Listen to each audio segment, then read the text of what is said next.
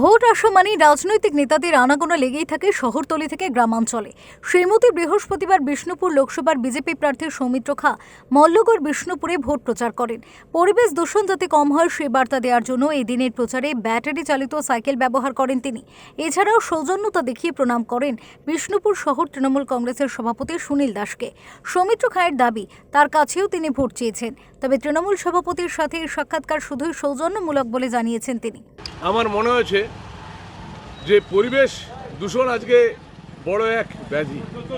তো পরিবেশ দূষণকারী যে যানবাহন আছে সাইকেল, তো আমরা যদি ঘরের কাছে চেষ্টা করি বাইক না ব্যবহার করি, সাইকেল ব্যবহার করি, তাতে আমাদের শরীর সক্ষম থাকবে এবং পরিবেশ দূষণও কম হবে। সেই বার্তা দিতে আর নিজে ছোটো মায়ের মধ্যে চালায় সাইকেল। এখন তো আপনি দেখতে পাচ্ছেন এই যে সাইকেলটা রয়েছে আমার, এটা হচ্ছে পুরোপুরি ব্যাটারি চালিত সাইকেল।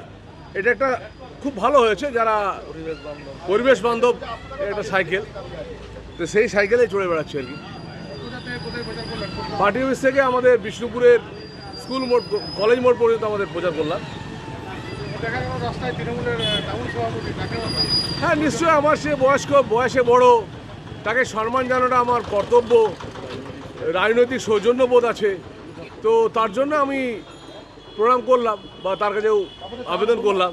এ বিষয়ে বিষ্ণুপুর শহর তৃণমূল কংগ্রেসের সভাপতি সুনীল দাস জানান, তিনি বহু পুরনো রাজনীতিবিদ, একটা সময় তারা তৃণমূল দলেই ছিলেন, একসাথে রাজনীতিটা করেছিলেন, তাই এই সৌজন্য সাক্ষাৎ। উনি দেখা করতে আসছেন না। আমি তখন আমার বাড়ি থেকে বেরিয়ে আমার পাশের দোকানে যাচ্ছিলাম, রাস্তায় আমার হাতে একটা ওই লাইট ছিল, সেটা নিয়ে যাচ্ছি। উনি সাইকেলে যাচ্ছিলেন, যেতে যেতে নেমে হঠাৎ আমাকে প্রণাম করলেন। হ্যাঁ, এটা সৌজন্য।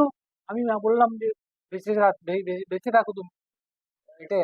বলছেন যে ভোট চাই না মনে হয়। না না না, ভোট চাওয়ার কোনো, উনি ভালো করেই জানেন আমি কোন দল করি, আমি কোন দলের উনিও ছিলেন একদিন আমার সঙ্গে। আমি তৃণমূল দলের প্রথম দিন থেকে আছি, উনিও ছিলেন। উনি বিজেপিতে চলে গেছেন, আবার কংগ্রেস এসেছিলেন। হ্যাঁ, সৌজন্য 100 বার। রাস্তায় আমার সঙ্গে দেখা, আমার বাড়ির থেকে আসছি, এখানে কোনো দেখা করার কোনো সুযোগই নেই। সৌমিত্রর এই সৌজন্যতার প্রশংসা করা হয়েছে সব মহল থেকেই।